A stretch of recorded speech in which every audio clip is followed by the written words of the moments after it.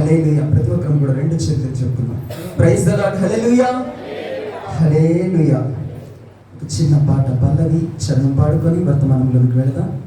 ప్రతి ఒక్కరిని కూడా చేతనైతే మోకరించి విశ్వాసంతో పలకవలసిందిగా మనం చేస్తున్నాం.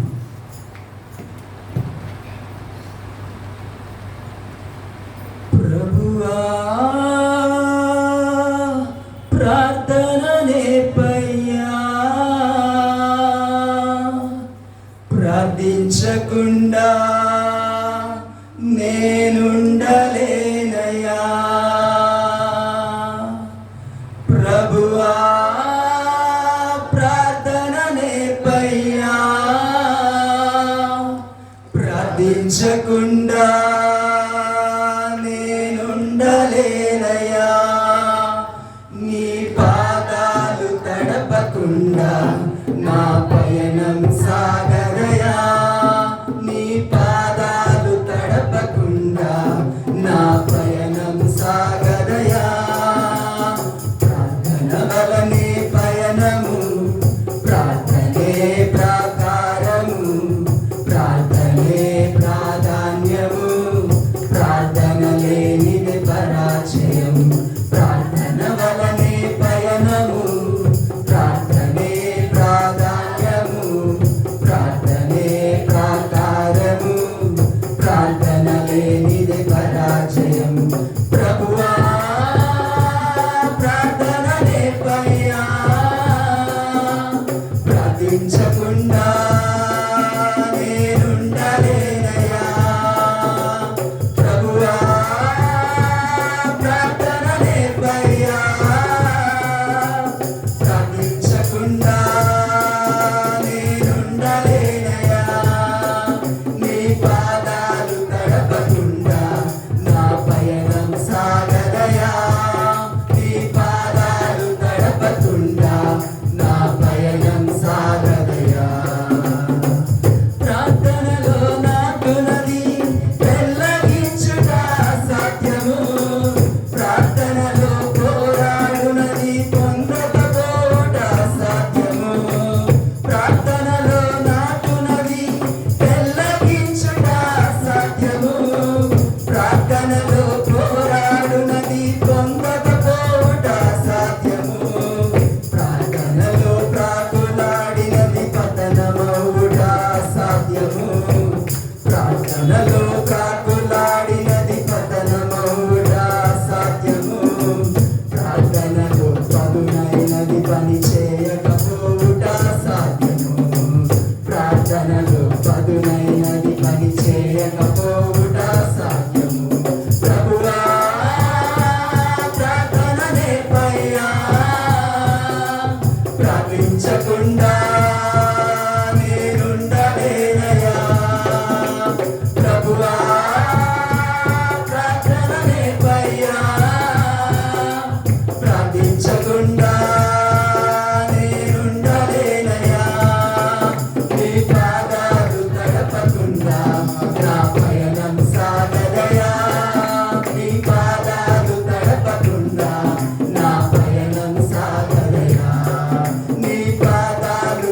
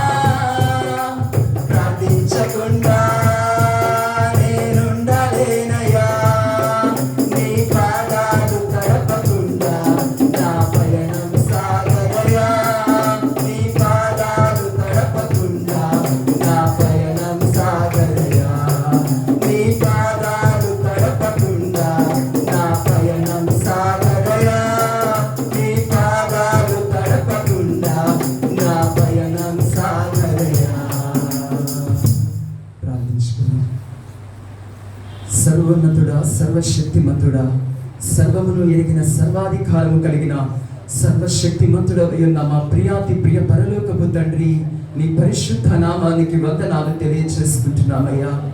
మాట్లాడే దైవమా, నీకే వందనాలయ్యా, నీకే స్తోత్రములు నాయన, నీకే కృతజ్ఞతలు తెలియజేసుకుంటున్నాము. మీరు ఇచ్చిన గొప్ప సదావకాశాన్ని బట్టి మీ నామమునకే మహిమ, ఘనత, ప్రభావములు ఆరోపిస్తున్నామయ్యా. ఎంతైనా నమ్మదగిన దేవుడవయ్యా, మా స్థితికి చాలిన దేవుడవు, మా పరిస్థితులన్నిటికీ కూడా సరిపోయిన వాడవు నీవని నీ పాదాల చెంతకి వచ్చి ఉన్నామయ్యా. మాతో మాట్లాడుటకు మీరు సిద్ధముగా ఉన్నందుకు మీకు స్తోత్రములు నాయనా. తండ్రి, నీవెన్నుకున్నటువంటి నీ యొక్క పాత్ర బలహీనుడు, బుద్ధిహీనుడు, చేతగాని వాడయ్యా. తండ్రి, నీ యొక్క స్వహస్తాలకు నాయన సమర్పించుకుంటున్నాను తండ్రి. దేవా, నీ యొక్క సన్నిధిని నీ బిడ్డ తోడ ఉంచి నడిపించుకొనమని వేడుకుంటున్నామయ్యా. పరిశుద్ధాత్మ దేవునిగా మా పక్షాన ఉండి మమ్మలను దర్శిస్తున్నందుకై మీకు స్తోత్రాలు తెలియజేసుకుంటున్నామయ్యా. తండ్రి, ఏ స్థితిలో మేము నాయన లోటు కలిగి ఉన్నామో ఆ స్థితిలో నాయన తండ్రి నాయన ఉన్నతమైన స్థితిలోనికి అడుగు పెట్టుటకు మీరు మమ్మలను దర్శించబోతున్నందుకు మీకు స్తోత్రాలు తెలియజేసుకుంటున్నాము, వందనాలు తెలియజేసుకుంటున్నాము. నమ్మదగిన దేవా, నీ నమ్మకమైన హస్తాలకు సమర్పించుకుంటూ సర్వశక్తి కలిగినటువంటి నజరేయుడైన యేసుక్రీస్తు వారి నామములో ప్రార్థన చేస్తూ ప్రారంభము చేసుకుంటున్నాము తండ్రి, ఆమేన్. వర్తమానంలోకి వెళ్ళే ముందు ఒక చిన్న ప్రశ్న వేసి ప్రారంభం చేస్తాను. పరిశుద్ధ గ్రంథములో శోధనలు వచ్చినప్పుడు చెదిరిపోయిన వారు ఉన్నారా? పరిశుద్ధ గ్రంథంలో శోధనలు, శ్రమలు వచ్చినప్పుడు చెదిరిపోయిన వారు ఉన్నారా? లేరా? ఉన్నారా? ఎవరు లేరు? ఎవరున్నారు? ఉన్నవాళ్ళు ఎవరైనా చెప్పగలరా? గట్టిగా. దావీదు, ఇంకా సంసోను, ఇంకా చెప్పాలి అంటే పరిశుద్ధ గ్రంథంలో ఉన్న ప్రతి భక్తుడు కూడా శోధనలో చెదిరిపోయిన స్థితిలో ఉన్నవాడే. ఎంత గొప్ప భక్తుడైనా ఆ జీవిత అనుభవంలో శ్రమ వచ్చినప్పుడు, శోధన వచ్చినప్పుడు పడిపోయిన అనుభవం నిశ్చయముగా ఉండి ఉన్నాయి. కానీ అదే పరిశుద్ధ గ్రంథములో శోధనలు వచ్చినప్పుడు చెదరిపోకుండా ఉన్న ఒక వ్యక్తి ఉన్నారు. ఎవరు? అంతకంటే కూడా ప్రాముఖ్యమైన వ్యక్తి ఉన్నారండి. యోబు జీవితంలో కూడా కొన్ని సమయాల్లో పడిపోయిన అనుభవాలు ఉన్నాయి. తనను తాను చులకన చేసుకున్న పరిస్థితులు కూడా ఉండి ఉన్నాయి. కానీ అన్నిటికీ మించిన ప్రాముఖ్యమైనటువంటి ఒక వ్యక్తి ప్రభువైన యేసుక్రీస్తు వారు. వాక్య భాగంలోకి వెళదాం. లూకాసు సువార్త 22వ అధ్యాయము 44వ వచనం. ఆయన వేదన పడి మరింత ఆతురముగా ప్రార్థన చేయగా ఆయన చెమట నేలపడుచున్న గొప్ప రక్త బిందువు వలె ఆయను. గొప్ప రక్త బిందువు వలె అవడానికి గల కారణం ఏమైంది? అక్కడ ఏం చేశారంట? ప్రార్థన చేశారు. ఏం చేశారు? ఎలా చేశారు? వేదన పడి మరింత ఎలా నిదానంగా చేశారా? ఆతురముగా ప్రార్థన చేయగా ఆయన యొక్క చెమట నేల పడుచున్న గొప్ప రక్త బిందువు వలె ఆయన. ఇందాక నేను అడిగిన ప్రశ్నకి ఈ వచనానికి ఎక్కడ లింక్ ఉంది అని అనుకుంటున్నారేమో. పరిశుద్ధ గ్రంథములో యేసుక్రీస్తు వారు తండ్రి యొక్క చిత్తాన్ని నెరవేర్చట కొరకు ఒక గొప్ప యాగాన్ని చేసి ఉన్నారు. అది సులువైనటువంటి పని. చేయగలరు ఎవరైనా? మనలో ఉన్నవారు ఎవరైనా? ఎవరు కూడా చేయలేము. యేసుక్రీస్తు వారైనా సరే చేయగలరా? సామాన్యమైనటువంటి మనుష్య కుమారుడిగా జన్మించి నార్మల్గా ఏమీ చేయకుండా చేయగలరా? చేయలేరు. అంత గొప్ప యాగాన్ని చేయగలగడానికి గల కారణం ఆయన యొక్క శిలువ యాత్ర ఎక్కడ ప్రారంభమైంది? గెత్సెమనే తోట. ఎక్కడ అంతమైంది? గొల్గొతా కొండ. మధ్యలో ఉన్న ఘట్టాలు ఆయన ఎక్కడి నుండి ఎక్కడికి ట్రాన్స్ఫర్ చేశారు? గెత్సెమనే తోట నుండి ఎక్కడికి? ఎక్కడికి? పిలాతు కంటే ముందు, అంతకంటే ముందు గెత్సెమనే నుండి అన్నా దగ్గరికి వెళ్తారు. అన్నా దగ్గర నుండి కయప దగ్గరికి పంపిస్తారు. కయప నుండి మొదటి తీర్పు పిలాతు దగ్గరికి పంపిస్తారు. పిలాతు తర్వాత హేరోదు రాజు దగ్గరికి, మరలా రెండవసారి పిలాతు దగ్గరికి వస్తారు. పిలాతు ఎవరికి అప్పగిస్తాడు? అక్కడ ఉన్న జనానికి, అధికారులకి అప్పగిస్తారు. ఆ తదుపరి ఏం జరిగింది? శ్రమలు అనుభవించారు. యాగం అనేది కంప్లీట్ అయింది. కారణం ఏంటంటే సిలువని ఎవరు మోయాలి? యేసుక్రీస్తు వారే మోయాలి. ఆయనకి ఎవరు కూడా సహాయం చేయలేదు, చేయకూడదు కూడా. అదే దేవుని చిత్తం అయ్యింది. ఆయన సిలువ ప్రయాణంలో చరిత్ర చెప్తూ ఉంటుంది, 14 సార్లు ఆయన కింద పడినట్లుగా ఉంది అని. అన్నిసార్లు పడినా ఎందుకు ఎవరు రాలేదు అంటే అది తండ్రి చిత్తం. ఎవరి సిలువ వారే మోయాలి. ఇంకొకరు మోయడానికి అక్కడ తావనేది లేదు. ఆయన అంత గొప్ప యాగము చేయడానికి గల కారణం ఏంటంటే ఆయన ప్రారంభం ఎక్కడ ప్రారంభమైంది? నాకు చెప్పారు కదా, సిలువ యాగం ప్రారంభమైంది గెత్సెమనే, అవునా కదా? అక్కడ చేసినటువంటి ఒక క్రియ అంతం అవడానికి కారణంగా ఉండి ఉన్నది. గెత్సెమనే అంటే అందరికీ కూడా తెలుసు కదా, ఏంటది?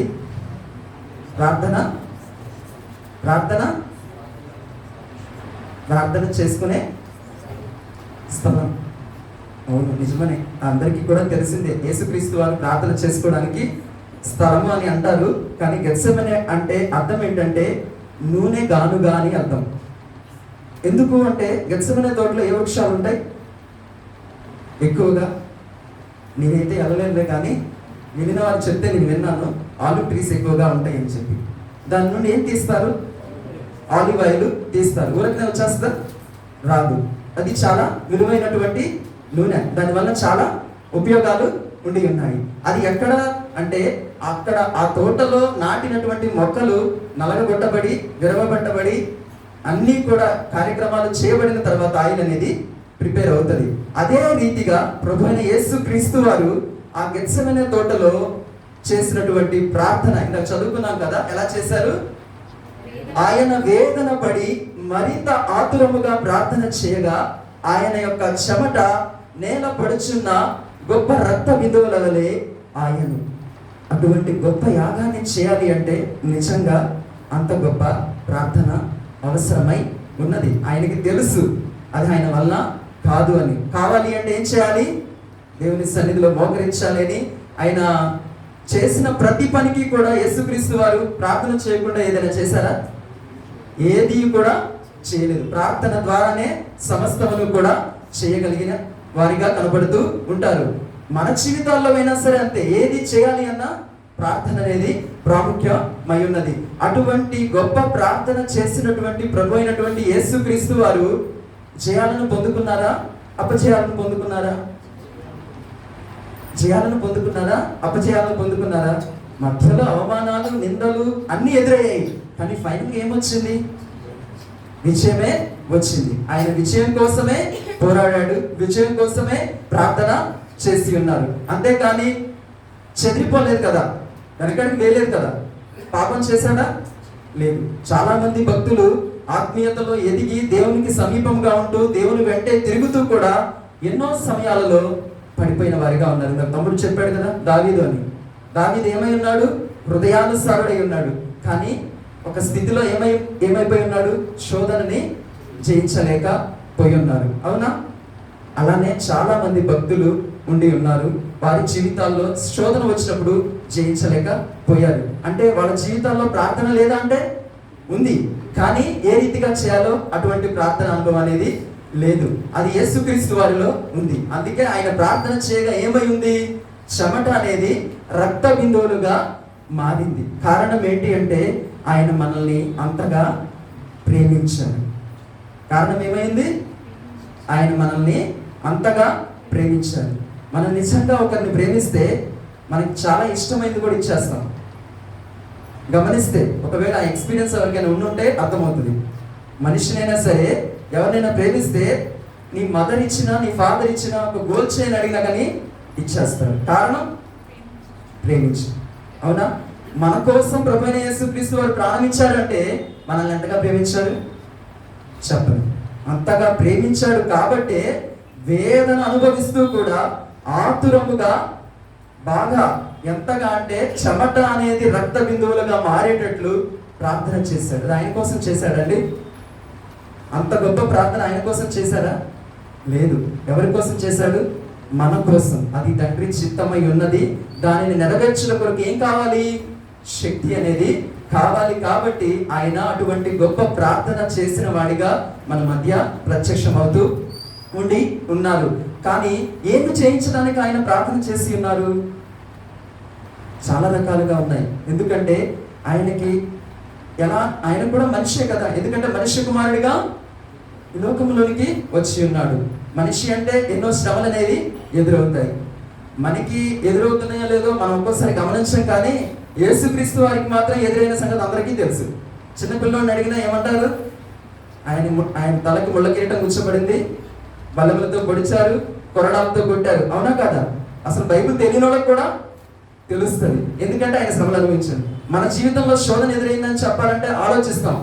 అంటే శోధనకి కనీసం మనకి డెఫినేషన్ కూడా ఒక్కొక్కసారి తెలుసో తెలీదో మనకే తెలియదు. మనకేంటంటే జ్వరం వచ్చిందంటే శోధన వేసుకుంటాం, లేకపోతే మన దగ్గర టయానికి డబ్బులు లేకపోతే శోధన అనుకుంటాం. దేవుని మళ్ళీ ఉన్నదనుకో దేవుని కృపండి అంటాము.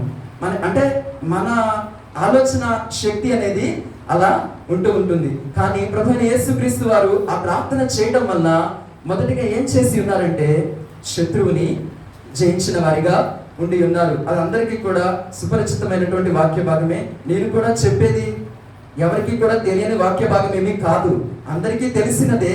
కానీ మళ్ళా మనల్ని మనము పరీక్షించుకోవడం కోసం దేవాది దేవుడు నా మధ్యలో ఎందుకో ఈ యొక్క అనుభవాన్ని పెట్టి ఉన్నారు. అదే పంచుకోవాలని ఆశపడుతున్నాను.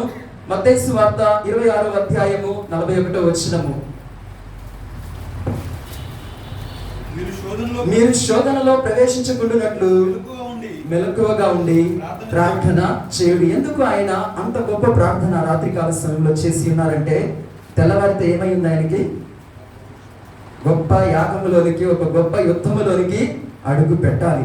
ఆయుధం కోసం ఏం చేస్తున్నాడు? ఆయన ప్రార్థన అనేది చేస్తూ ఉన్నారు. ఎలా ప్రార్థిస్తున్నారు? మెలకువగా ఉండి భారముతో వేదన అనుభవిస్తూ కూడా. ఆ టైంలో ఎవరైనా ప్రేయర్ చేయగలరా? నిజంగా రేపు మనం చచ్చిపోతామంటే మన మోకాళ్ళు వంగుతాయండి? వంగుతాయా? రేపే మనకి ఒకవేళ హాస్పిటల్లో డాక్టర్ గారు అనారోగ్యంగా ఉన్నవాడిని జాయిన్ చేపిస్తే రేపే బతకడు, ఇంకొక 5 గంటల్లో చనిపోతాడు, లేకపోతే రేపే చనిపోతాడంటే మొదటిగా వచ్చే మనకు ఆలోచన ఏంటి తెలుసా? ఎంత ప్రేమ ఉన్నా ఏడుస్తారు. ఏడ్చిన తర్వాత ఇక్కడ డాక్టర్ గారు చెప్పారు కదా, ఏర్పాట్లను ప్రారంభం చేసుకుంటే మంచిది అని ఆలోచిస్తాం. మ్యాక్సిమం కొంతమంది ఎక్కువగా అలానే ఆలోచిస్తారు. ఒకవేళ దేవుని బిడ్డలు అయితే ఏం చేస్తారు? ఎవరు ప్రార్థిస్తారు? పక్కన తండ్రి, లేకపోతే కొంతమంది అయితే సేవకులు ఫోన్ చేస్తారు. ఫస్ట్ గుర్తుకొచ్చేది సేవకులకు ఫోన్ చేసి మీ సంఘం అందరితో ప్రార్థన చేయండి. కానీ ఆ స్థితిలో ఉన్నోళ్ళు మోకరించగలరా? చేయలేరు కదా. కానీ యేసుక్రీస్తు వారికి అంతకంటే గొప్ప శ్రమ, బ్రతికొండగానే మరణం యొక్క రుచి అనుభవించి ఉండి ఉన్నారు. జనరల్గా చనిపోతే ఏం తెలియదండి ఎవరికైనా సరే, కానీ మరణం యొక్క రుచి ముందుగానే అనుభవించాడు. ఆయన లాస్ట్కి తుది శ్వాస విడిచినప్పుడు కంటే కూడా ముందు అనుభవించినటువంటి క్షణాలు, ప్రతి క్షణము కూడా మరణ వేదన అనుభవించి ఉండి ఉన్నారు. అది కేవలం మన కోసమే. అదంతా జయించాలి అంటే ఆ మధ్య ప్రయాణంలో ఎన్నో శోధనలు వచ్చి ఉన్నాయి. ఎంతో మంది శత్రువులు వెంబడించి ఉండి ఉన్నారు. ఎన్నో శ్రమల్ని ఎదుర్కొన్నారు. బట్ అన్నిటికీ గల కారణం ఏంటంటే దేవుడు తన కుమారుడి యొక్క జీవితంలో ఆ యాగాన్ని కంప్లీట్ చేయడం కోసం ఆయనలో పెట్టినటువంటి ఒక మంచి గుణం ఏమై ఉన్నది అంటే నిత్యము ఆయన మోకాళ్ళు తండ్రి ఎదుట వంగేటట్లుగా చేసే మంచి గుణాన్ని ఆయనకి అనుగ్రహించి ఉన్నారు.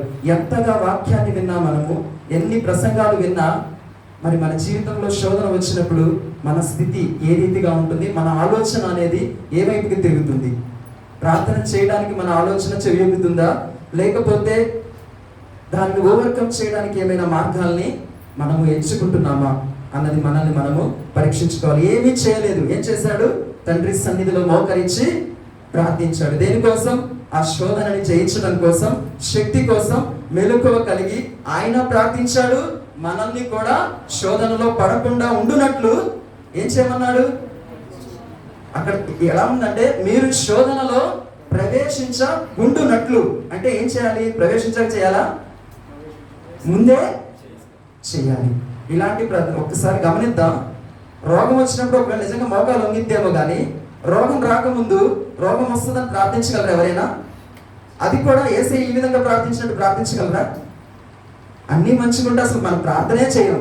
అలాంటిది రేపు చేస్తాము అన్న సంగతి తెలియకుండా వస్తుంది అన్న ఇంటెన్షన్తో ఇంత భారంగా ప్రార్థించగలమా? చేయలేము.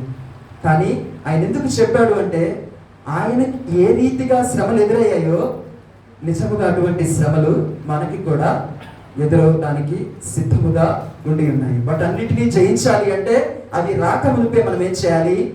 ప్రార్థన చేయాలి. ప్రార్థన మన యొక్క ఆయుధమై ఉండి ఉన్నది. అది ఆయన చేసి ఉన్నారు కాబట్టి ఆయన యొక్క యాగములో అది ఒక పాత్ర అయి ఉన్నది. ప్రార్థన ఆయన యొక్క యాగం కంప్లీట్ చేయడానికి కారణమై ఉన్నది. అంటే శోధనను జయించడానికి ఆయన చేసినటువంటి ప్రార్థన కారణంగా ఉందా లేదా? తండ్రి అయిన దేవుని యొక్క కుమారుడు చేసినటువంటి ప్రార్థన ఆ కుమారుడు తన జీవితంలో శోధనని జయించడానికి కారణంగా ఉందా లేదా? ఉందా? అంటే అందరికీ కూడా క్లారిటీ ఉంది. మరి ఉండి మన జీవితంలో మనం ప్రార్థన చేస్తున్నామా లేదా? ఎన్నోసార్లు విన్నాం కదా, శోధనలో ప్రవేశించుకుంటున్నట్లు మెలకువ కలిగి ప్రార్థన చేయాలి. నిజముగా ఆ వాక్యాన్ని విశ్వసిస్తే, ప్రార్థిస్తే మన జీవితాల్లో శోధనలే రావు. అది వచ్చినా అది శోధనగా అనిపించదు. దాటిపోయిన తర్వాత తెలుస్తుంది, ఇంత గొప్ప సముద్రంలో నుండి నేను బయటకి వచ్చి ఉన్నాను. కారణం, దేవుడు ఎంత ప్రేమ చూపిస్తున్నాడంటే ఆ వాక్యంలో ఏంటి తెలుసా?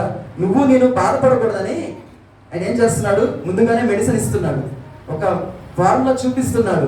నువ్వు ప్రార్థించు, నిజంగా నువ్వు శ్రమని కూడా అనుభవించవు. యేసయ్య అనుభవించాడు కాబట్టి ఆయన ఏం చేస్తున్నాడో తెలుసా? ముందుగానే శోధనలోనికి ప్రవేశించకుండానట్లు మెలకువగా ఉండి ప్రార్థన చేయుడి. నిజముగా మన జీవితంలో అది చాలా ప్రాముఖ్యమై ఉన్నది. ఎందుకంటే నాకు ఎక్స్పీరియన్స్ ఉంది, అందుకనే చెప్పగలుగుతున్నాను. ఎప్పుడైనా సరే, ఎందుకంటే ఒక అన్య కుటుంబంలో నుండి దేవుని నమ్ముకొని వచ్చి దేవుని బిడ్డగా వాడబడుతున్నటువంటి నేను అనుదినము అనుక్షణము ఎన్నో శ్రమలు, ఎన్నో శోధనలు అనేవి వస్తూ ఉంటాయి. నా జీవితంలో దేవుని సన్నిధికి రావడం అనేదే ఒక గొప్ప యుద్ధముగా ఉంటుంది. బయటికి ఎంత నవ్వుతూ ఉన్నా, ఎంతగా అనిపిస్తూ ఉన్నా, నాకంటూ ఒక ఏమంటారు స్టాంపింగ్ అనేది లేదు. అంటే కంటిన్యూగా నేను దేవుని సన్నిధిలో నడిపింపబడతాను అన్నది విశ్వాసం ఉంది. కానీ శారీరకంగా మనిషిని అయినటువంటి నా ఆలోచన ఎలా ఉంటుంది చెప్పండి? మనందరం కూడా విశ్వాసమే. మాట్లాడమంటే విశ్వాసం గురించి చాలా గొప్పగా మాట్లాడగలం, కానీ పరిస్థితి వచ్చినప్పుడు ఎలా ఉంటాము? అవునా కాదా? ఎందుకంటే అందరిలో కూడా ఏముంది? రక్తం అనేది ఉంది. ఆ రక్తం అనేది ఏం ఆలోచిస్తుంది?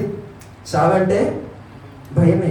ఏదైనా దేవునికి విరోధమైన పరిస్థితి ఎదురవుతుంది అంటే భయమే. మన ముందు పాపం ఉన్నదని తెలుసు, అది కూడా మనకి భయమే. కొన్నిసార్లు భయపడుతూనే ఏం చేస్తాం? పాపం చేస్తూ ఉంటాం, ఎందుకంటే దేవుని బిడ్డలం కదా. కాబట్టి ఎన్నో సమయాల్లో నేను కనీసం హైదరాబాద్ నుండి ఇంటికి వెళ్ళాలంటే 15 రోజులైనా 20 రోజుల ముందు నుండి అయినా ప్రార్థిస్తాను. ఎందుకో తెలుసా? ఇంటికి వెళ్ళాక ఏ పరిస్థితి నాకు విరోధముగా రాకూడదని. ఆదివారం సన్నిధికి రావాలంటే నేను సోమవారం నుండి ప్రార్థిస్తూ ఉంటాను. ఎందుకు? ఏదో ఒక శోధన ఆయన సన్నిధికి రావడానికి ఎన్నో సమయాలలో ఆటంకాలు వచ్చాయి.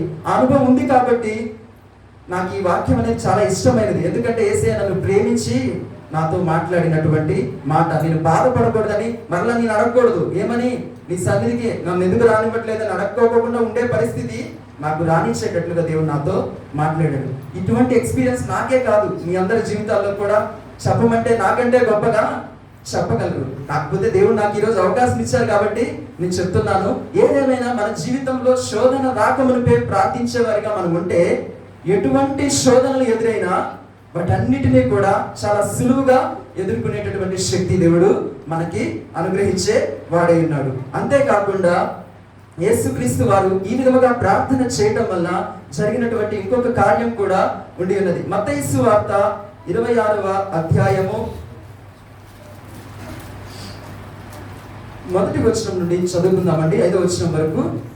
యేసు ఈ మాటలన్నీ చెప్పి చాలించిన తర్వాత జరిగినదేమనగా, ఆయన తన శిష్యులను చూచి 2 దినములైన పిమ్మట పస్కా పండుగ వచ్చుననియు అప్పుడు మనుష్య కుమారుడు సిలువ వేయబడుటకై అప్పగింపబడుననియు మీకు తెలియనని చెప్పెను. ఆ సమయమున ప్రధాన యాజకులను ప్రజల పెద్దలను కయప అను ప్రధాన యాజకుని మందిరములోనికి కూడి వచ్చి యేసును మాయోపాయము చేత పట్టుకొని చంపవలనని ఏకమై ఆలోచన చేసిరి. అయితే ప్రజలలో అల్లరి కలుగకుండునట్లు పండుగలో వద్దని చెప్పుకుని. యేసుక్రీస్తు వారు ఎప్పుడు మరణించాలి? తండ్రి చిత్తం ఏమై ఉన్నది? పాత నిబంధనలో బలి ఎప్పుడు ఇస్తారు? ఆయనకి యేసుక్రీస్తు వారి యొక్క సంభాషణ పాత నిబంధనలోనే ఉండి ఉన్నది. పస్కా బలి పశువు. ఎప్పుడు? పస్కా దినము నాడే బలి అనేది అర్పించాలి. కానీ ఇక్కడ ఉన్నటువంటి మత పెద్దల యొక్క ఆలోచన ఏమై ఉన్నదో జ్ఞాపకం చేసుకుంటే ఏమంటున్నారు? యేసును మాయోపాయము చేత పట్టుకొని చంపవలనని ఏకమై ఆలోచన చేసిరి. అయితే ప్రజలలో అల్లరి కలుగకుండునట్లు పండుగలు వద్దని చెప్పుకొనివి. అంటే తండ్రి చిత్తానికి వ్యతిరేకంగా ఆలోచన చేస్తున్నటువంటి అక్కడ మత పెద్దలు, అక్కడ ఉన్నటువంటి అధికారులు మనకి కనబడుతూ ఉన్నారు. కానీ తండ్రి చిత్తం ఏమై ఉన్నది? పస్కా పండుగ నాడే ఆయన యాగం అనేది కంప్లీట్ అవ్వాలి అనేది తండ్రి యొక్క చిత్తమైనది. కానీ తండ్రి చేయకుండా మాంటారా? నిశ్చయంగా చేస్తారు. ఎప్పుడు చేయాలి? తన కుమారుడు ప్రార్థించినప్పుడే. తండ్రి చిత్తం నెరవేరుతుంది. దేవుని యొక్క చిత్తం మన జీవితంలో నెరవేరాలి అంటే నిశ్చయంగా మనము అడగాలి. ఎందుకంటే అడిగినప్పుడే కదా దేవుడు శక్తినిస్తాడు. అడగకోకుండా మన శక్తిని పొందుకోగలమా? మనందరికి మనము జయించగలమా? లేదు. తండ్రి చిత్తముని నెరవేర్చాలని ఆశ ఎంత ఉన్నా ప్రార్థన చేయకుండా ఉంటే జరిగిద్దా? జరగదు. మనం చేసే పని మనం చేస్తే దేవుడు చేసేటటువంటి పని దేవుడు చేస్తాడు. అదే వాక్య భాగానికి 47వ వచనం చదువుకుందాం. 26వ అధ్యాయం 47వ వచనం. ఆయన ఇంకనూ మాట్లాడుచుండగా 12 మందిలో ఒకడొక యోధా వచ్చెను. వానితో కూడా బహుజన సమూహము కత్తులు గుదియలు పట్టుకొని ప్రధాన యాజకుల యొద్ద నుండి ప్రజల యొద్ద నుండి వచ్చెను. ఆయనను అప్పగించువాడు నేనెవరని ముద్దు పెట్టుకుందునో ఆయనే యేసు, ఆయనను పట్టుకొనుడని వారికి గుర్తు చెప్పి వెంటనే యేసునొద్దకు వచ్చి బోధకుడా నీకు శుభమని చెప్పి ఆయనను ముద్దు పట్టుకొనును. యేసు చెలికాడా నీవు చేయవచ్చినది చేయమని అతనితో చెప్పగా వారు దగ్గరకు వచ్చి ఆయన మీద పడి ఆయనను పట్టుకొనిరి. గమనిస్తే 1వ వచనం నుండి ఇలా చదువుకుంటూ వస్తూ ఉంటే జరగాల్సిన కార్యం జరిగే దినము నాడే జరిగింది. కానీ మొదటి ఆలోచన ఏమై ఉన్నది? చెయ్యకూడదు అని ఆలోచన చేసి ఉన్నారు. మన దేవుడు గొప్ప దేవుడై ఉన్నాడు. శాసనాలని మార్చగలిగిన దేవుడు, రాజుల యొక్క హృదయాలని కూడా మార్చగలిగిన దేవుడు. ఎప్పుడు? మనం ప్రార్థించినప్పుడు. తండ్రి చిత్తము జరగాలి అంటే వారి యొక్క ఆలోచన మారాలి. అన్నవారే కదా అక్కడ జరిపించింది. పస్కా పండుగ నాడే ఏమయ్యింది? ఆయన యొక్క బలి అయి ఉన్నది. అవునా కదా? అంటే మన దేవుడు రాజుల యొక్క హృదయాలను మార్చగలడు, కఠినుల యొక్క హృదయాలను కూడా మార్చగలడు. ఎప్పుడు? మనం ప్రార్థన చేసినప్పుడు. మన జీవితంలో కూడా మనము చెప్తే వినని వారు ఎంతో మంది ఉండుంటారు. మనకు నచ్చిన పనులే చేయరు, వారికి నచ్చిన పనులే చేస్తారు. మనం ఏం చేస్తాము అంటే ఆర్గ్యూ చేస్తూ ఉంటాం. ఎవరితో? మన ఆపోజిట్ పర్సన్తో ఆర్గ్యూ చేస్తూ ఉంటాం. ఎందుకంటే మనకే శక్తి ఉన్నది అని మనము ఆలోచన చేస్తూ ఉంటాము. కానీ మన శక్తి చేత మనం ఏమీ కూడా జయించలేము. ఎవరి శక్తి చేత జయించగలం? దేవుని. అది బాగా తెలుసు మనకి. ఏదైనా దేవుడే చేస్తాడు, విజయం ఇచ్చేది దేవుడే అని తెలుసు. కానీ అంత ఛాన్స్ ఆయనకి ఇవ్వం. మనకేముంటుంది? తొందర ఎక్కువగా ఉంటుంది. దేనికంటే అందాక అయిందాక ఎందుకు, నేనున్నాగా, అన్న ఆలోచన ఉంటుందో, లేకపోతే నేను చేయలేనా అన్న ఆలోచన కలిగి ఉంటామో మనకి తెలియదు. కానీ ముందైతే యుద్ధం మనమే చేస్తాము. ఆ యుద్ధంలో ఓడిపోయిన తర్వాత దేవుని దగ్గరికి వచ్చి నా వల్ల కాలేదయ్యా, నీవే చూసుకో దేవా అని చెప్పేసి వస్తాము. దేవుని మహాకృపను బట్టి కొందరు ఆయన దగ్గరికే వెళతారు. కాకపోతే వెళ్ళే వారిని చూసి దేవుని నమ్ముకున్న బిడ్డలే హేళన చేస్తారు. నిజముగా ఈ ఎక్స్పీరియన్స్ నాకు కూడా ఉందండి. చాలా మంది ఏం చెప్తారు అంటే నా జీవితంలో జరిగిందని మీ జీవితంలో జరిగిందని నేను చెప్పను. ఎందుకంటే ప్రతి ఒక్క బిడ్డ జీవితంలో ఒక్కొక్కరి ఎడల దేవుని చిత్తం ఒక్కొక్క విధంగా ఉంటుంది. దేవుని బిడ్డని దేవుడు ఏమంటాడు? ఆయన మీద ఆనుకోవాలంటాడు, ఆయన అంటే విశ్వాసం ఉంచాలి అంటాడు. ఆయనకే సమస్తాన్ని అప్పగించుకొని, విశ్వాసం అంటే ఏంటి? మనం చేసుకుంటూ పోతే ఆయన వైపు చూడటం కాదు, ఆయనకు అప్పగించి ఎలా ఉండాలి? హుందాగా ఉండాలి. ఎలా ఉండాలి? జాబ్ లేకపోయినా జాబ్ ఉన్నది అన్న హుందాతో ఉండాలి. ఎప్పుడు ఎవరు ఉండగలరు?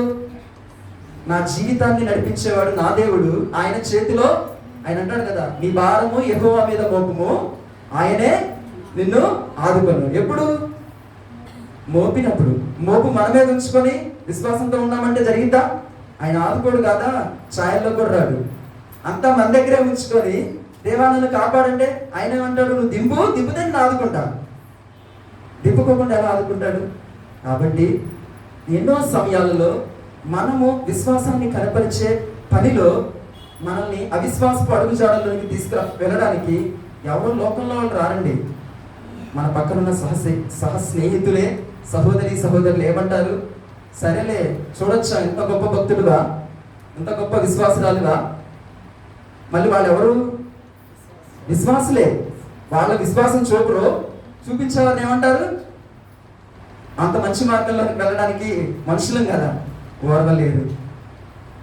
పక్కవాడికి జాబ్ వస్తేనే సంతోషపడే వాళ్ళు చాలా తక్కువ మందిగా ఉంటారు. అదే ఒక 10 లక్షల ప్యాకేజ్తో వస్తే కంగ్రాచులేషన్స్ అని చెప్తారేమో, కానీ మనసులో మాత్రం ఏముంటుంది? ప్యాకేజే గుర్తొస్తూ ఉంటుంది. మొదటి ఇంకొక విషయం ఏంటంటే, నేను ప్రార్థిస్తున్నాక నాకు రాలేదేంటి, పక్కనోడికి వచ్చింది అన్న ఆలోచన కూడా వస్తుంది. ఎవరిలో రాదు ఆలోచన? ఆయనకు అప్పగించుకున్నప్పుడు, విశ్వాసం కలిగి ఆయన వైపు చూసినప్పుడు ఆలోచన అనేది కలగదు. కాబట్టి ఎప్పుడు మనకు అవిశ్వాసం ఉంటుందంటే, మన దేవుడు దేనినైనా సరే చేయగలడు. ఉన్నది లేనట్లు చేయగలడు, లేనిది ఉన్నట్లు చేయగలడు. రాజుల హృదయాలను, అధికారుల హృదయాలను కూడా మార్చగలడు. తండ్రి తన చిత్తమును మన జీవితంలో నెరవేర్చే క్రమంలో కొన్ని సమయాలు ఆయనే అనుమతిస్తూ ఉంటాడు.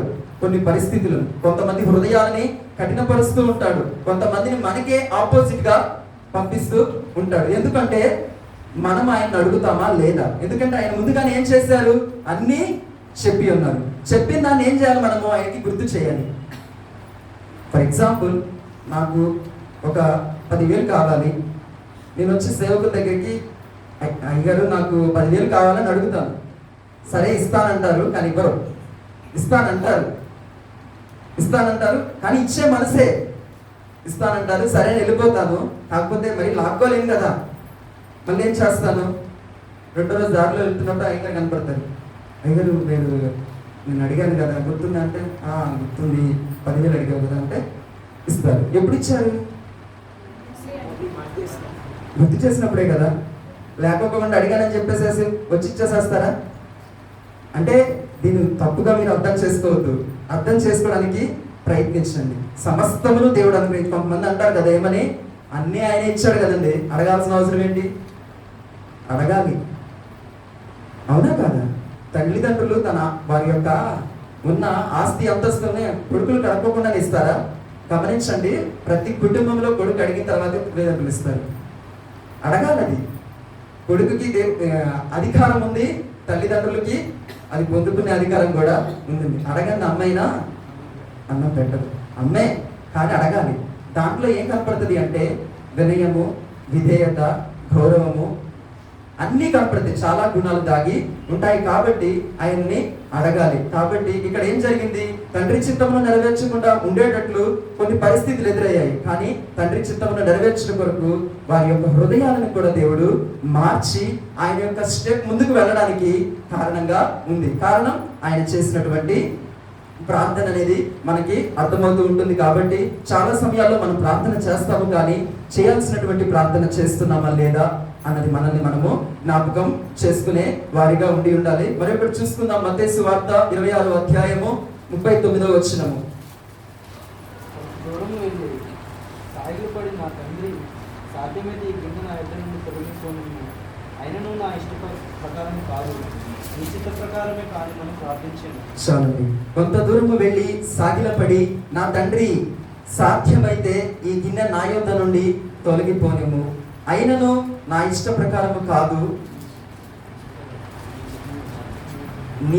నీ చిత్త ప్రకారమే కానిమ్మని ప్రార్థించను. ప్రభువైన యేసుక్రీస్తు వారికి తెలీదా? అంటే తండ్రి అన్ని స్థితిలో కూడా ఆదుకుంటారు, కాపాడుతారు, కరుణిస్తారు అని తెలీదా? నిశ్చయముగా తెలుసు. ఎందుకంటే తెలియకోకుండా మానదు. ఎందుకంటే తన తండ్రి గురించి తన కుమారుడికి తెలియకోకుండా ఎవరికి తెలుస్తుంది? అవునా కాదంట? మన తల్లిదండ్రుల్లో ఉన్న అన్ని ఏవి మంచి ఉన్నాయి, ఏవి చెడుగా ఉన్నాయి అనేది ఎవరికి తెలుస్తుందండి? కన్న బిడ్డలకే తెలుస్తుంది. పక్కింటోళ్ళకి తెలుస్తుందా? తెలియదు. ఒకవేళ తెలిస్తే అది నేను చెప్పలేను, తెలియదు, ఖచ్చితంగా తెలియకుండా ఉంటుంది. కాబట్టి ఏంటంటే దేవునికి తన యొక్క కుమారుడు ఏంటో తెలుసు, తన కుమారుడికి దేవుడు ఏంటో కూడా తెలుసు. కాబట్టి ఆయనకి విధేయుడై ఉండి ఉన్నారు. కాబట్టి ఇందులో ఏంటంటే ఈ మాట పలుకుటలో నా తండ్రి, సాధ్యమైతే ఈ గిన్నె నా యొద్ద నుండి తొలగిపోనిమ్ము. యేసుక్రీస్తు వారు ఏం మోసారండి? సిలువను మోసారు. అందరికీ తెలుసు. ఎందుకంటే ఎక్కడ చూసినా ఇమేజ్లో ఉండేది ఏంటిది? సిలువే ఉంటుంది. మోసింది సిలువే. దాని ఆంతర్యం పాపములన్నిటినీ కూడా మోసారు. ఫర్ ఎగ్జాంపుల్ చెప్పాలంటే నిన్ను నన్ను మోసారు. మోయలేని భారాన్ని ఆయన మోసిన వాడిగా ఉండి ఉన్నాడు. అది భారముగా ఆయన అనుభవించాడు. ఎందుకు? ఆయన కూడా ఆ సమయంలో ఏమై ఉన్నారు? మనిషే కదా, అవునా కదా? అందుకని అక్కడ ఏమంటారు? నా తండ్రి, సాధ్యమైతే ఈ గిన్నె నా యొద్ద నుండి తొలగి పోనిమ్ము అని చెప్పి ప్రార్థిస్తూ ఉండి ఉన్నారు. అంటే ఆయన శ్రమను అనుభవించడానికి సిద్ధంగా ఉండి ఉన్నాడు. కానీ ఒకటి తట్టుకోలేకపోయిన స్థితిలో ఉండి ఉన్నాడు. తండ్రి యొక్క ఎడబాటుని తట్టుకోలేని స్థితిలో ఉండి ఉన్నాడు. తెలుసు ఆయనకి తండ్రి తనని విడిచిపెట్టనున్న సంగతి నిశ్చయముగా ఆయనకి తెలుసు. కానీ మనిషే కదా. కాబట్టి ఆ ఎమోషన్ ఏమంటున్నాడంటే, నా తండ్రి, సాధ్యమైతే ఈ గిన్నె నా యొద్ద నుండి తొలగి పోనిమ్ము, అయినను. మళ్ళీ చెప్తున్నాడు. మనం కూడా ఇలానే చేస్తాం, అన్నీ అడుగుతాం, చివరికి ఏమంటాం? నీ చిత్తమైతే అంటాం. మనకున్నవన్నీ చెప్పుకుంటాం. ఈ విధంగా తప్పించాయా, ఆ విధంగా తప్పించాయా, అన్ని ప్లాన్స్ ఇస్తాం. ఇచ్చేసి యేసయ్య అలా చేశారని నేను చెప్పట్లేదు.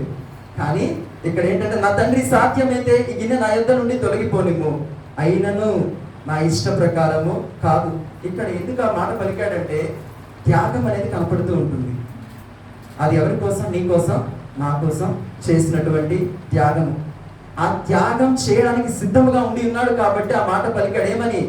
అయినను నా ఇష్ట ప్రకారము కాదు, నీ చిత్త ప్రకారమే. అంటే ఒప్పుకుంటున్నాడు, నేను భరిస్తాను అని. అన్ని ముళ్ళ కిరీటాన్ని ధరించుకోవడం భరించాడు, కొరడా దెబ్బలు భరించాడు. కానీ అన్నిటికీ మించినటువంటిది ఒక బాధ ఏంటంటే, తండ్రి తన యొక్క కుమారుని యొక్క చేతిని విడిచిపెట్టే ఆ పరిస్థితి అనేది తట్టుకోలేనటువంటి స్థితి. దేనికి విడిచిపెట్టే పరిస్థితులు వచ్చాయి? ఎందుకు వచ్చాయి? కారణం మనమే. ఎందుకు? పాపములన్నిటినీ మోసి శాపగ్రస్తుడు వలె శిలువ నాలుపై వేలాడి ఉండి ఉన్నారు. కానీ యేసుక్రీస్తు వారిని తండ్రి విడిచిపెట్టాడా? లేడు. ఎందుకంటే అది ఆయన చిత్తం అయి ఉన్నది. కాబట్టి జ్ఞాపకం చేసుకోవాలి. ఆయన యొక్క చెమట రక్త బిందువులుగా తట్టుకోలేనటువంటి స్థితిలో ప్రార్థించినప్పుడు మారింది అంటే కారణం ఆయన మన ఎడల చూపిస్తున్నటువంటి ప్రేమ. కాబట్టి ఆయన చేసినటువంటి ప్రార్థన ఆయన యొక్క యాగాన్ని నడిపించడానికి కారణమై ఉన్నది. కాబట్టి మన జీవితములలో ఆయన చేసినట్లుగా ప్రార్థిస్తున్నామా? ఆయన ఏమంటున్నాడు? నా తండ్రి, సాధ్యమైతే ఈ గిన్నె నా యొద్ద నుండి తొలగించు. ఆ గిన్నెలో ఏమున్నాయి? పాపములు. మన జీవితంలో పాపముల గురించి ప్రార్థిస్తున్నామా? అంటే భారంతో దేవుని సన్నిధిలో మోకరించి, అయ్యా నేను మోయలేకపోతున్నాను, ఈ పాపము నుండి నన్ను తప్పించు అని ప్రార్థిస్తున్నామా? ప్రార్థించాలి. ఎందుకంటే మన వలన కాదు. దేవుడు జోక్యం చేసుకుంటేనే మన జీవితాల్లో పాపములన్నిటిని మనము జయించగలం. మనము కూడా అడగాలి. ఏ రీతిగా అడగాలి అంటే, యేసుక్రీస్తు వారు అడిగినట్లు, అయ్యా సాధ్యమైతే ఈ గిన్నె నా యొద్ద నుండి తొలగించు. ఎందుకంటే మన వల్ల కాదు, ఆయన వల్లే ఏదైనా సాధ్యము కాబట్టి జ్ఞాపకం చేసుకోవాలి. 2 కొరింథీయులకు రాసిన పత్రిక 7వ అధ్యాయం 10వ వచనం.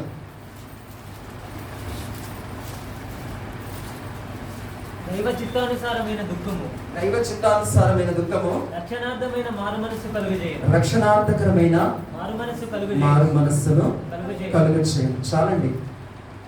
మనలో ప్రార్థన అనుభవం ఉంటే మనలో ఏ మనస్సు ఉంటుంది?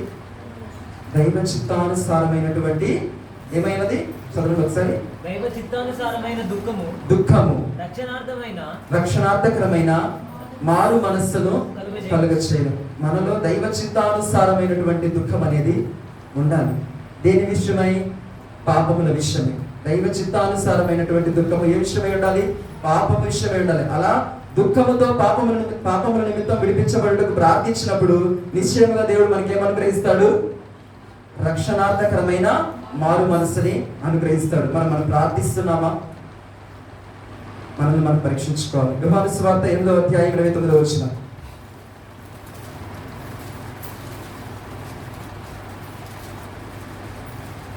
మిమ్మును గూర్చి చెప్పుటకును తీర్పు తీర్చుటకును చాలా సంగతులు నాకు కలుగు గాని నన్ను పంపినవాడు సత్యవంతుడు, నేను ఆయన వద్ద వినిన సంగతులే లోకమునకు బోధించుచున్నానని చెప్పాను. 29వ వచనం. నన్ను పంపినవాడు నాకు తోడై ఉన్నాడు, ఆయనకి ఇష్టమైన కార్యము నేను ఎల్లప్పుడూ చేయుదును గనుక ఆయన నన్ను ఒంటరిగా విడిచిపెట్టలేదని చెప్పాను కదా. తండ్రి అయిన దేవుడు తోడై ఉంటాడన్న సంగతి కుమారుడికి తెలియదా?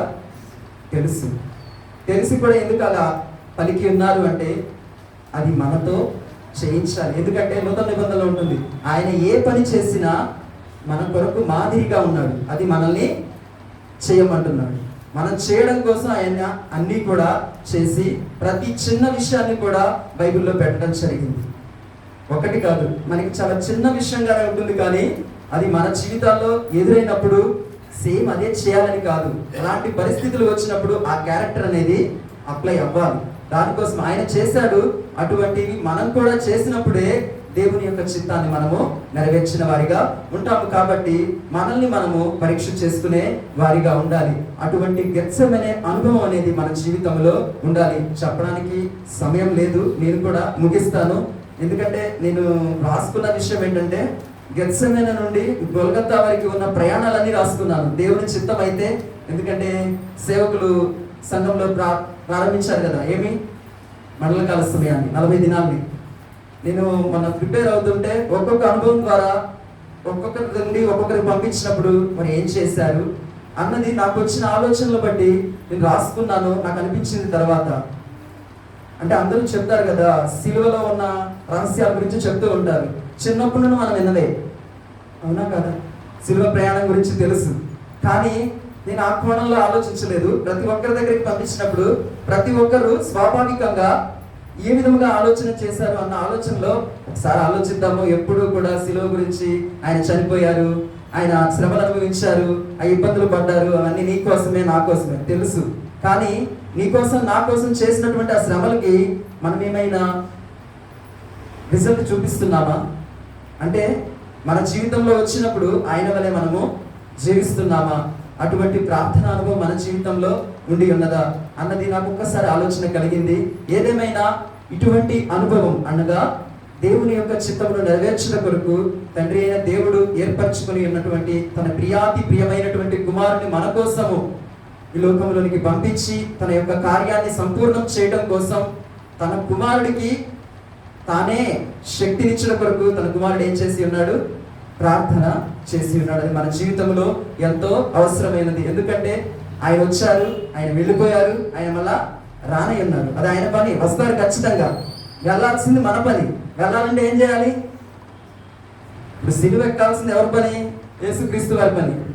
ఎక్కాల్సిన క్రమంలో ఏం చేశారు? ఆయన ప్రార్థన చేశారు. రాకడలో మనం ఎత్తబడాలంటే ఏం చేయాలి? సంఘానికి వస్తే సరిపోద్దా? ప్రార్థన అంటే కూర్చొని దేవా నీకు స్తోత్రం ఆమేన్ అంటే అయిపోద్దా?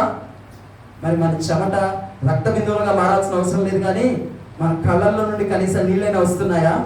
కనీసం ప్రార్థన చేసేటప్పుడు చెమటైనా పోస్తుందా? ఫ్యాన్ లేని మనం ప్రార్థనే చేయం, కింద మ్యాట్ లేని ప్రార్థనే చేయం. ఒకవేళ ప్రార్థన చేస్తే నీరసం వచ్చిందా? ఆ రోజు మన ఫీలింగ్ ఏంటంటే అమ్మో ఈరోజు చాలా బాగా ప్రార్థించాం. ఇవి కాదు కావాల్సింది. భారంతో ప్రార్థిస్తే నీకు తెలియకుండానే నీ దుఃఖం అనేది కన్నీళ్ళ రూపంలోనికి బయటికి రావు. నీకే తెలుస్తుంది. ప్రార్థనలో మోకరించి తిరిగి లేవగానే కార్యం జరిగిపోయిన సంగతి అనేది రావాలి. ఒక టాబ్లెట్ వేసుకుంటే ఫీవర్ వచ్చినప్పుడు దేహం చల్లబడింది కదా, ఒక అర్ధగంట అయ్యాక ప్రార్థనలోకి వెళ్ళినప్పుడు కూడా మనం అలా రావాలి. బహు వేడితో వెళ్ళాలి. వచ్చినప్పుడు ఎలా రావాలి? చల్లగా రావాలి. యుద్ధ భూమిలోనికి వెళ్ళినోడు వచ్చినప్పుడు ఎలా ఉండాలి? విజయంతో వచ్చినప్పుడు ఆనందంతో, నెమ్మదితో, సమాధానంతో వస్తాడు. అలా రావాలి. దేవుడు ఆశపడుతూ ఉండి ఉన్నారు. ఆయన రాకడలో ఎత్తపడడం అనేది అంత సులువైనటువంటి పని కాదు. దేవుని చిత్తం అయిందా లేదా మనం ఆయన రాకడలో ఎత్తపడాలని? మరి ఆయన చిత్తం నెరవేర్చాలంటే ఏం చేయాలి? నిశ్చయముగా చేయాలి. ఆ రోజు యేసుక్రీస్తు వారికి అంతమంది ఉన్నా కానీ ఎవరు కూడా ఆయనతో రాలేదు. ఈ రోజు మనకి చాలా మంది ఉన్నారు మనల్ని ఆయన దగ్గరికి నడిపించడం కోసం. ఆయన ఎంతో మంది దైవజనుల్ని, ఎన్నో సంఘాలని, ఎంతో మంది విశ్వాసుల్ని ఎక్కడ మళ్ళీ మనం పడిపోతామని మెట్టుకోకుండా పెడతా ఉంటాడు ఆయన రాకడ వరకు. మరి మనం ఎలా ఉంటున్నాము? ఆయనకి ఎవరు సహాయం చేయలేదండి. మనం కొద్ది ప్రార్థనలో పడిపోతే ప్రార్థన చేయని చెప్పేవాడైనా ఉన్నారు, రాకడ వస్తుందని గుర్తు చేసేవాడైనా ఉన్నారు, వెళ్ళాలంటే చెయ్యాలని చెప్పేవాడైనా ఉన్నారు. కనీసం ఇలాంటి శ్రమలు వచ్చినప్పుడు ఇలా చెయ్యి అని చెప్పేవాళ్ళు కూడా ఎవ్వరూ లేరు. ఆయన దేవుని దగ్గరికి వెళ్ళి వాటిని జయించడం కోసం అడిగి ఉన్నారు. మనకి ఎటువంటి గొప్ప సౌకర్యాన్ని దేవుడు అనుగ్రహించి ఉన్నాడు. కానీ మనము యూటిలైజ్ చేసుకునే స్థితిలో లేని వారిగా ఉండి ఉన్నాము. కాబట్టి మనల్ని మనం పరీక్షించుకుందాం. దేవుడు ఇచ్చినటువంటి ఆయుధాన్ని ధరించుకుందాం. ఏం చేయాల్సిన అవసరం లేదు. మోకరించాలి, ప్రార్థించాలి. అలా ప్రార్థించాలంటే ఏం చేయాలి అంటే అందరినీ ప్రేమించాలి. ముందు నిన్ను నువ్వు ప్రేమించుకోవాలి. ఆ తదుపరి అందరినీ ప్రేమించాలి. అందరినీ ప్రేమిస్తే ఆయన రాకడలో నీవు ఉండాలి అనుకుంటావు, నీతో కలిసి అందరూ ఉండాలనుకుంటావు. అంతకంటే ముఖ్యం ఏంటంటే అందరినీ ప్రేమిస్తే ఆయన వచ్చేస్తారు. అర్థమైందా? అందరినీ ప్రేమించేవాడిగా అందరూ ఉంటే ఆయన నిశ్చయంగా వచ్చేస్తాడు. ఎవరో చెప్పాల్సిన అవసరం రాకడ ఎప్పుడని. మనందరం కూడా ఆయన్ని ప్రేమించి ఏ రీతిగా బ్రతుకుతున్నామో అట్టి ప్రేమ అందరి ఎడలా చూపిస్తూ జీవించే క్రమంలో ఇట్టి భారము, ఇటువంటి ఆతురత, ఇటువంటి వేదన వస్తాయి. అయినను నీ చిత్తమని మనం కూడా పలకగలం. ఎప్పుడు? అందరినీ కూడా ప్రేమించినప్పుడు. కాబట్టి ఆ ప్రేమ ఇతరుల వైపు చూపించాలి అంటే ఆ అనుభవం మనలో ఉండాల్సిందే. ఏమీ చేయకుండా నేను ప్రేమిస్తున్నానంటే లేదు. ఒకవేళ ప్రేమించిన ఈజీగా అర్థమైపోతుంది మన క్రియలను బట్టి. కాబట్టి దేవుడు మనల్ని ఆశించేది ఒకటి, ఆయన పొందుకున్న అనుభవము మన జీవితంలో కూడా ఉండాలి. ఆయన శత్రువుని జయించాడు. ఇంకా దేవుని యొక్క చిత్తాన్ని అడ్డగించడానికి ఎన్ని శోధనలు వచ్చినా వాటన్నిటి నుండి విడిపింపబడుటకు దేవుడు సహాయం చేసి ఉన్నారు. తండ్రి యొక్క ఎడబాటుని తట్టుకోలేని స్థితిలో ఉన్నప్పుడు కూడా నిలబడగలిగాడు అంటే ఆయన చేసినటువంటి ప్రార్థన. మనం కూడా అటువంటి ప్రార్థన జీవితాన్ని కలిగి ఉంటే నిశ్చయముగా ఆయన రాకడలో మనం అందరము కూడా ఎత్తబడతాము. ఆయన యొక్క కోరికని తీర్చే కుమారులుగా ఉంటూ నిత్యము ఆయనతో ఆనందించే వారిగా ఉంటాము. కాబట్టి దేవుడు అట్టి కృప మనందరికీ కూడా అనుగ్రహించును గాక. ఈ కొద్ది మాటలు దేవుడు మన వెనుకలో దీవించును గాక. చిన్న ప్రార్థన చేసుకుందాం. చాలా సమయాలలో విన్న మాటలై ఉండొచ్చు. జన్మతః ఎన్నో సమయాలలో ప్రార్థన గురించి ప్రసంగాలు విని ఉండొచ్చు కావచ్చు. కానీ దేవుని రాజ్యంలోని అడుగు పెట్టాలి అంటే దేవాతి దేవుడు తన యొక్క చిత్తము మన ఎడల కలిగి ఉన్నటువంటి ఆ చిత్తాన్ని నెరవేర్చే క్రమంలో మనమందరము కూడా ఉండాలి అంటే మన జీవితంలో ప్రార్థన అనేది ఎంతో ప్రాముఖ్యమై ఉన్నది. ప్రియమైన దేవుని బిడ్డలారా, జ్ఞాపకం చేసుకుందాం. ఇప్పటికైనా మన జీవితాల్లో మన మోకాళ్ళు వంగని స్థితిలో ఉండి ఉన్నాయేమో. శ్రమలు వచ్చినప్పుడు ఆయన సన్నిధిలో మోకరిస్తూ, శ్రమలు రానప్పుడు నిలబడి ఎంతో హుందాగా జీవిస్తూ ఉండి ఉన్నామేమో. మనల్ని మనం పరీక్షించుకుందాం. దేవుడు సెలవిస్తున్నాడు, శోధనలో పడకుండానట్లు మెలకువ కలిగి ప్రార్థన చేయమంటున్నాడు. దేవాతి దేవుడు నిన్ను ఎంతగానో ప్రేమిస్తున్నాడు. ప్రేమైన దేవుని బిడ్డలారా, ఆయన ప్రేమని గమనిస్తున్నామా? ఆయన ప్రేమని ఆలోచన చేస్తూ ఉన్నామా? మనం ఎక్కడ బాధపడుతామని, ఆయన వలె శ్రమలు అనుభవించకూడదు అని ముందుగానే ఆయన మనకు మార్గాన్ని చూపిస్తూ ఉన్నాడు. ఇవన్నీ మీకోసమే కదా అని అంటున్నాడు. రమ్మంటున్నాడు. 2 చేతులు చాచి ఆయన అర్థిస్తున్నాడు. ఎందుకంటే రక్షింపబడకుండానట్లు ఆయన యొక్క హస్తము కురచ కాలేదు అంటున్నాడు. విననేరకుండానట్లు ఆయన యొక్క చెవులు మందము కాలేదు అని లేఖనం స్థిరిస్తున్నది. ఎప్పుడు తన బిడ్డలు తన దగ్గరికి వస్తాడా అని ఆకాశము నుండి కాచుకొని నిత్యము మనల్ని చూస్తున్నటువంటి దేవుడు. మనం దేవుడిని చూస్తున్నామా? దేవుని సన్నిధిలోనికి వెళుతున్నామా? మనల్ని మనం పరీక్షించుకున్నాం. ఇహ లోకములో, ఈ పాపపు లోకములో లోకాన్ని జయించాలి అంటే మన శక్తి చాలదు ప్రియమైన జనమా. మనం అందరం కూడా ప్రార్థిద్దాం. దేవుని రాకడలో మనం అందరం ఎత్తబడాలి అంటే ఆయన యొక్క మహాశక్తిని మనం పొందుకున్నప్పుడే ఆయనతో కలిసి నిత్యము కూడా ఉండగలము. కాబట్టి అటువంటి శక్తి కోసం నిశ్చయముగా 2 చేతులు దోసిలోకి అడిగినప్పుడు దేవాతి దేవుడు నిశ్చయముగా మనందరినీ కూడా నింపువాడై ఉన్నాడు. కాబట్టి ప్రతి ఒక్కరు కూడా అడుగుదాం. దేవా నీకు వందనాలయ్యా, ప్రభువా నీకు స్తోత్రములయ్యా, తండ్రి నీకు కృతజ్ఞతలు తెలియజేసుకుంటున్నానయ్యా. ఏ పార్టీ వారినయ్యా మమ్మల్ని మీరు పేర్లు పెట్టి పిలుచుకున్నారు. దేవా లోకములు ఎంచని ప్రేమతో మమ్మల్ని ప్రేమిస్తున్నారయ్యా. నిజము తండ్రి, నీ వంటి ప్రేమ కలిగిన దేవుడి లోకములో ఎవ్వరూ కూడా లేరయ్యా. ఈ త్యాగమును నాయన చూసేవారిగా ఉంటున్నాము, ఎంతో మందికి చెప్పేవారిగా ఉంటున్నాము. కానీ అటువంటి త్యాగపూరితమైన అనుభవాన్ని మా జీవితములలో రుచి చూడని స్థితిలో ఉంటున్నానయ్యా. ఒక్కసారి మమ్మల్ని దర్శించండి నాయన. తండ్రి దేవా నీకే వందనాలు. నీవు కలిగి ఉన్నటువంటి దేవా గొప్ప సుగుణము నాయన, నీ యొక్క తండ్రి దేవా నాయన నీ యొక్క తండ్రి సన్నిధిలో మోకరించే అనుభవాన్ని మాకు దయచేయమని వేడుకుంటున్నామయ్యా.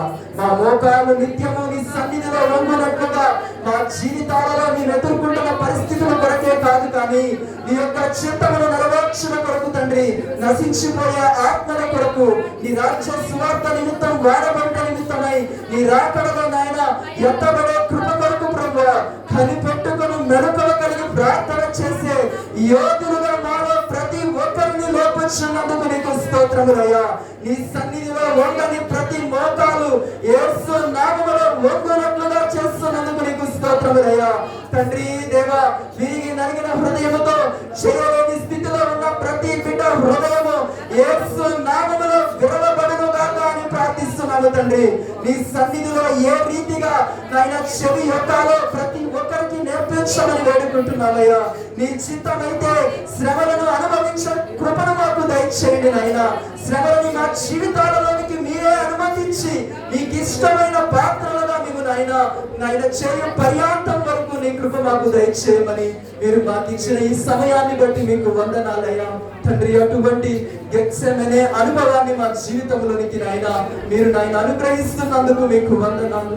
మాకు ఎంతో అవసరము తండ్రి, మా జీవితాలకు ఎంతో అవసరమయ్యా తండ్రి. మేము విన్న వాక్యములు, మేము చదువుకున్న వాక్యము మా జీవితంలో అప్లై అవ్వాలి అంటే ప్రార్థన ఎంతో ప్రాముఖ్యమై ఉన్నది ప్రభువా. ప్రార్థన శక్తి ద్వారా మాత్రమే నీ వాక్యమును మా జీవితంలో చెవి చూడగలమయ్యా. అట్టి గొప్ప మహాశక్తితో మమ్మల్ని నింపుచున్నందుకై మీకు వందనాలు తెలియచేసుకుంటున్నాము, మీకు స్తోత్రాలు తెలియచేసుకుంటున్నామయ్యా. విన్న ప్రతి మాట మా జీవితాలలో తుది శ్వాస వరకు స్థిరపరచబడినట్లుగా నీ కృపా సహాయమును మాలో ప్రతి ఒక్కరికి అనుగ్రహిస్తున్నందుకై వందనాలు తెలియచేసుకుంటూ నజరేయుడైన యేసుక్రీస్తు వారి నామములో ప్రార్థించి అతి వినయముగా అడిగి వేడుకొని పొందుకొని నాము తండ్రి, ఆమేన్.